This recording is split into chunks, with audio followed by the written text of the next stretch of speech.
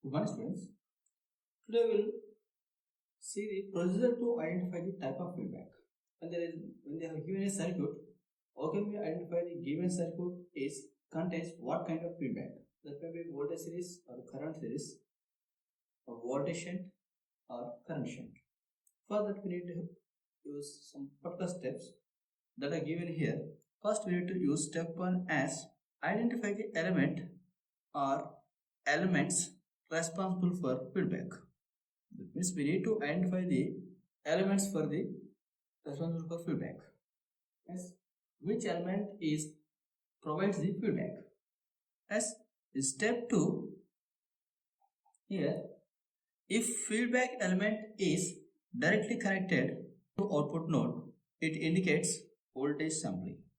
Otherwise, current sampling.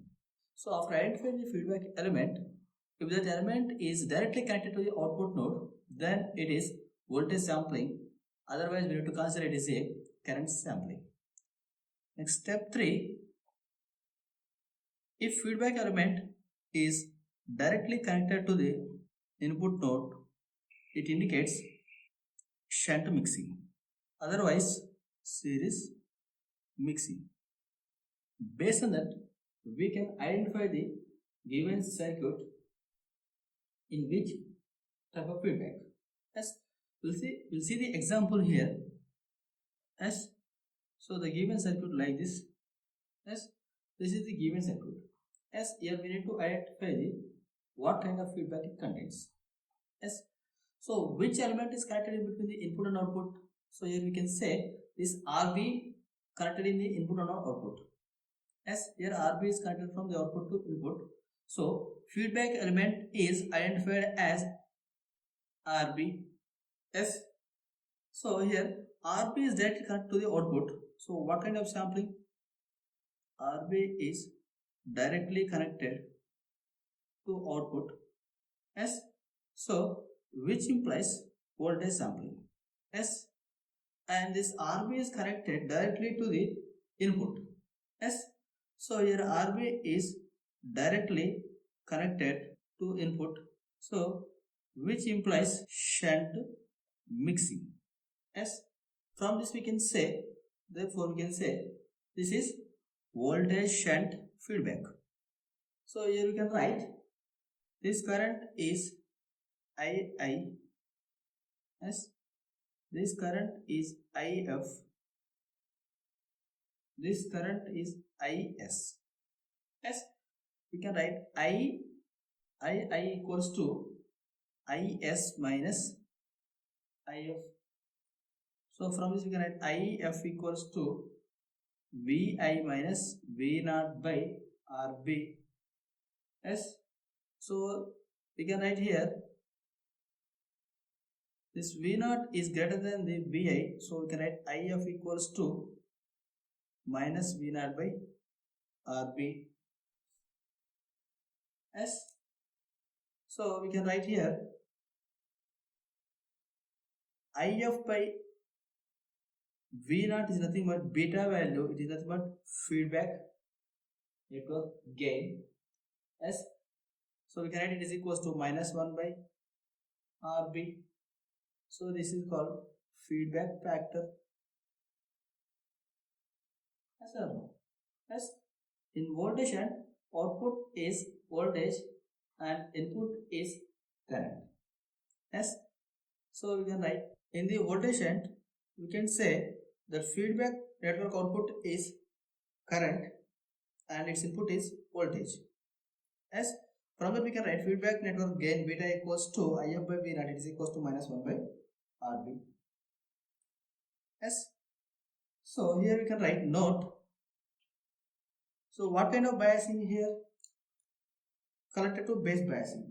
If collector to base bias amplifiers used in the C amplifier, then voltage and feedback will occur. Yes or no? Yes. So if collector to base bias amplifiers used in a CE amplifier, then voltage shunt feedback will occur. Yes. This is one example for the voltage shunt feedback. Let's see different examples here. In this example, so we need to identify the feedback element. So the given circuit is voltage divider circuit. As we are taking output across the collector, we know this RC will act as a load. Yes.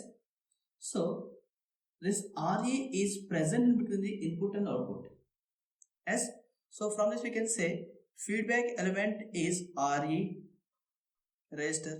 So here RE is not directly connected to the output. Yes. So the type of sampling is current sampling. So here we can write RE is not directly connected to output node S, which implies current sampling S. And next, this RE is not directly connected to the input S or no.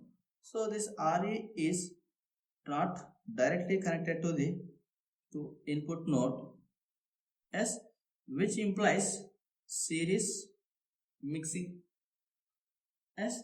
Therefore, we can say it is current series feedback S. So here we can write a note. If bypass capacitor is not present, then CE and CS, common emitter and common source amplifiers will have current series feedback. Next we will see the next problem here. Here there is no RC S and we are taking output at the emitter junction and it has the RE resistor S. So we know this RE is connected in between the output and input node. So we can say here feedback element is RE S, but here RE is directly connected to the output.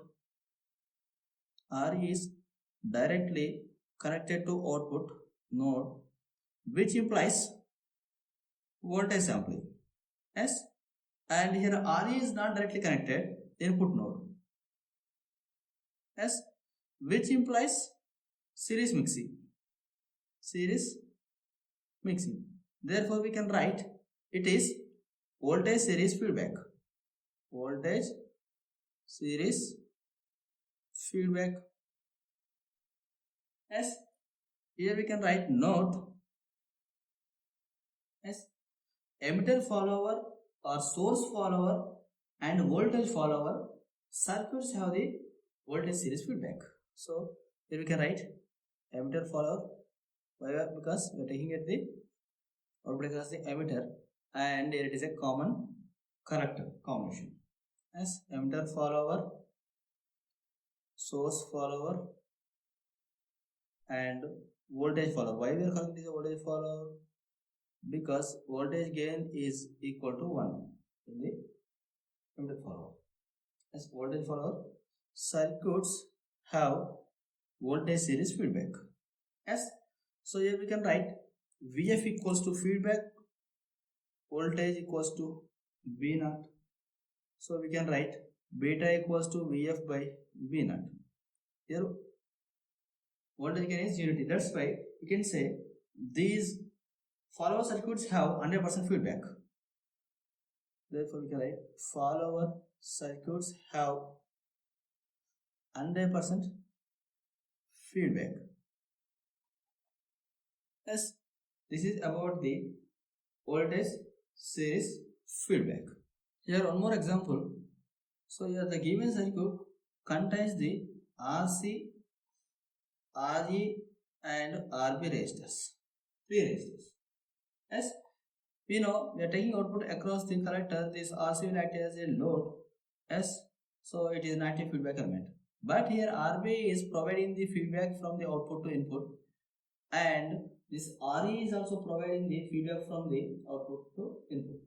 Yes, so this pin RB causes the voltage and feedback, we know. Yes, and this RE is also provides the feedback. This RE causes the current series feedback. Therefore we can say This circuit contains the multiple feedbacks. Yes, so we can write multiple feedbacks present in the circuit. Present in this circuit. As if bypass capacitor is connected across the RA, then it becomes the voltage. Why? Because the effect of RA becomes 0. As we can write, if bypass capacitor present, then only voltage and feedback. So in this way we can identify the different types of feedbacks in the given circuit. As next we'll see the effect of negative feedback on the amplifier characteristics. As there are different characteristics we know, that are input resistance, output resistance, gain, bandwidth, distortion, noise. As how the negative feedback affects on the current series, voltage series, current shunt, and voltage and feedback amplifiers. As first we'll see the RI, it is nothing but input resistance. Input resistance is increases in the current series. In voltage series also it is increases. As in voltage shunt it is decreases. In current shunt also it is decreases. Second one is output resistance. This output resistance is increases in the current series. As in voltage series it is decreases. Here voltage shunt also it is decreases. In current shunt it is increases. Next, gain. As the gain is decrease in the all the feedback amplifiers. Why? Because it is negative feedback. The negative feedback is always decrease the gain. Next one is bandwidth. Bandwidth is increases in the negative feedback, so it is always increases in the all type of negative feedbacks. Current series or current shunt, or voltage series or voltage shunt. As next, nonlinear distortion. This distortion is decreases here. So here also decreases.